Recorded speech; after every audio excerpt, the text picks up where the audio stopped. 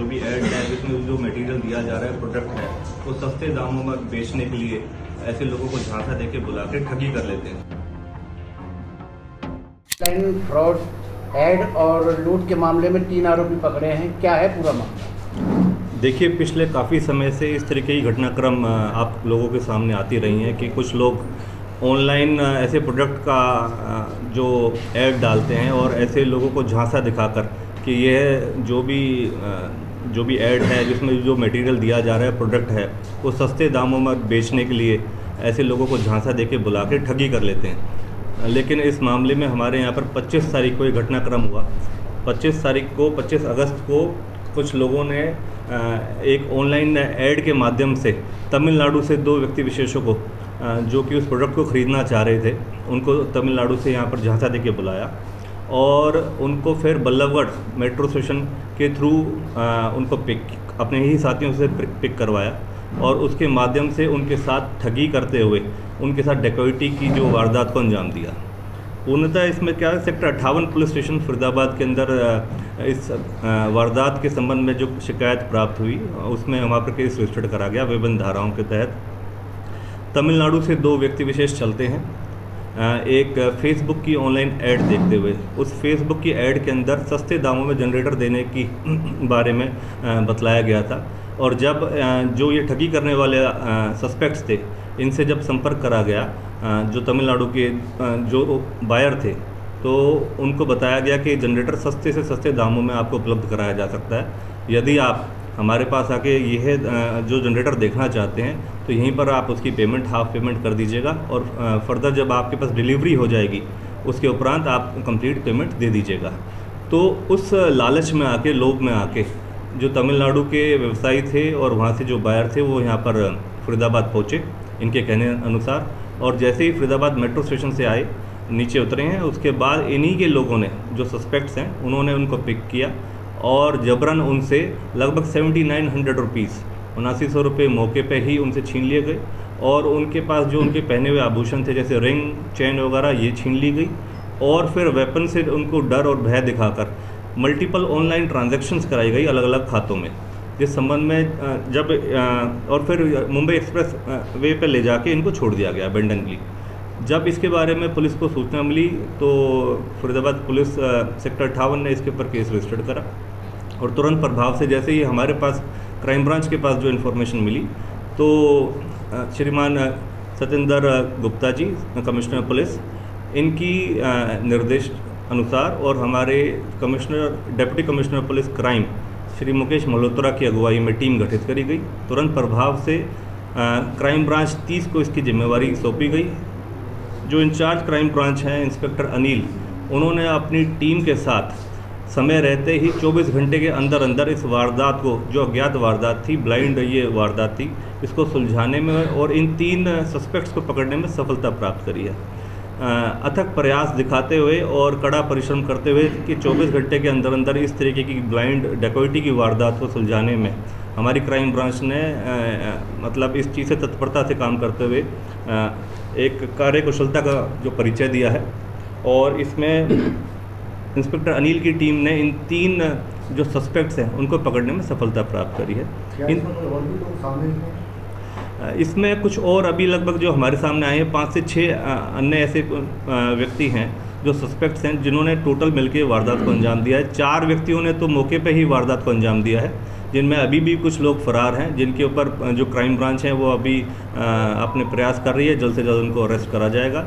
लेकिन जो 3 व्यक्ति विशेष जो सस्पेक्ट्स थे जिन्होंने इस वारदात को अंजाम देने में मदद करी थी और अन्यथा जो एक खाता धारक है उनको पकड़ने में, अरेस्ट करने में सफलता। पहले भी कोई मुकदमे दर्ज है किसी और मामले में? क्या इसी से एक ही केस संबंधित है, इसी से जुड़े हुए हैं, कोई और भी कोई इस तरह की घटनाओं पे इन्होंने अंजाम दिया? देखिए, अभी क्योंकि इनको अरेस्ट करा है, अभी इनका पुलिस रिमांड हासिल करा जाएगा।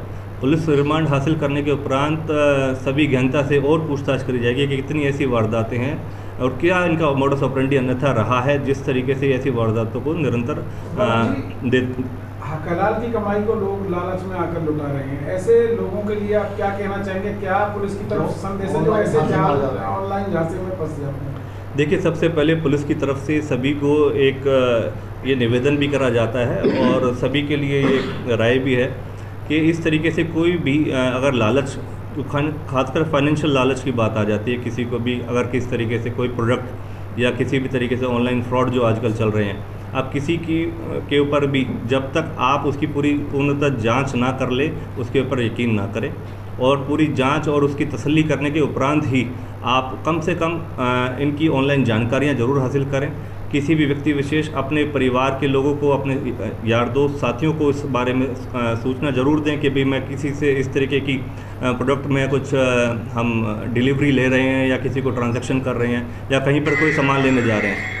ऐसे संबंध में आप लोगों से बस यही निवेदन है कि आप इस बारे में आप बिल्कुल अथक प्रयास करती है पुलिस। अगर कोई भी बात लगती है 112 पे आप सूचित कर सकते हैं। इस तरीके की कोई ठगी होती है, किस तरीके का कोई भी अगर प्रयास आपके साथ लूट का, डकैती का करा जाता है तो पुलिस को आप सूचित करें, और इस चीज़ में आप अवगत रहें ऐसे किसी भी मामले से, अपने आप को किस तरीके से उसका शिकार होने से बचाएं।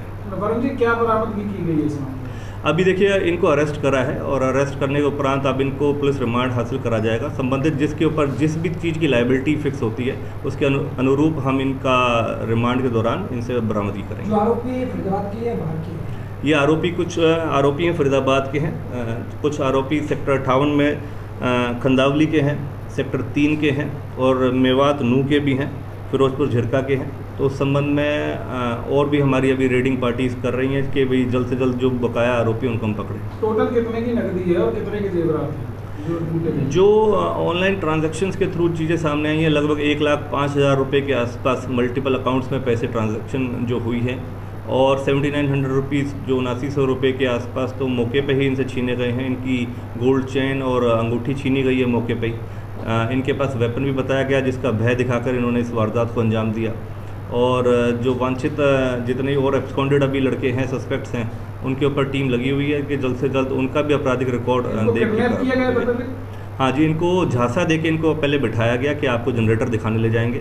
उसके बाद इनको जो वेपन दिखाते और जो, क्योंकि ये तमिलनाडु के रिहायशी थे तो यहाँ पर इनको ज़्यादा जानकारी थी नहीं, फिर इनके ऊपर प्रेशर दिखा के और असला वेपन दिखा के उसका भय दिखा के जान से मारने की धमकी देते हुए इस संबंध में ये कार्रवाई को अमल। कितनी देर तक इनको किडनैप रखा गया? लगभग 3 से 4 घंटे के आसपास का जो समय है। बाकी अब इन्वेस्टिगेशन के अंदर पता चलेगा, निशानदेही कराई जाएंगी मौके पर कि किस तरीके की वारदात को किस तरीके से अंजाम दिया गया।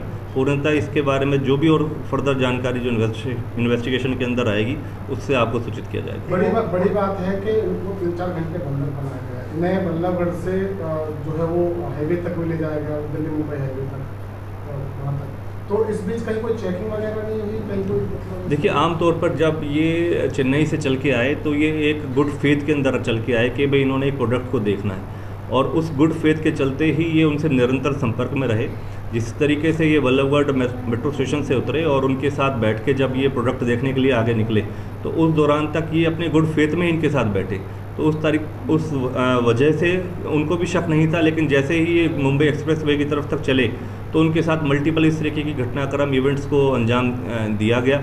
और जैसे ही इस बारे में पुलिस को सूचना प्राप्त हुई, तुरंत पुलिस ने इसके ऊपर केस रजिस्टर्ड करके और हमारी क्राइम ब्रांच ने इसको, इन तीनों सस्पेक्ट्स को, जो क्योंकि ब्लाइंड था, ज्ञात था, इनकी पहचान करके इनको पकड़ने में सफलता प्राप्त करी। ऑनलाइन ठगी लगातार देख रहे हैं कि बढ़ती जा रही है, जिस तरह से इस मामले में भी हुआ, फेसबुक पेज पर इस तरह के प्रचार किए जाते हैं। क्या पुलिस इस पर भी कोई कार्रवाई कर रही है कि ऐसे पेजों को बंद कराया जाए? देखिए, समय पर जो हमारी साइबर सेल की पुलिस स्टेशन खुले हुए हैं और समय समय पर इस तरीके की ड्राइव चलाई जाती है जब ऐसे लोगों को इस बारे में सूचित किया जाता है, आगाह करा जाता है और उनको लर्निंग दी जाती है कि भाई किसी भी तरीके की ऐसी कोई ऑनलाइन ठगियों से बचने के क्या प्रयास है। 1930, 1931, बहुत सारे ऐसे नंबर्स हैं जिसके ऊपर अलग अलग जगह पर अलग अलग समय पर अगर आप सूचित करें तो उसके अनुरूप पुलिस कार्रवाई करती है। Thank you.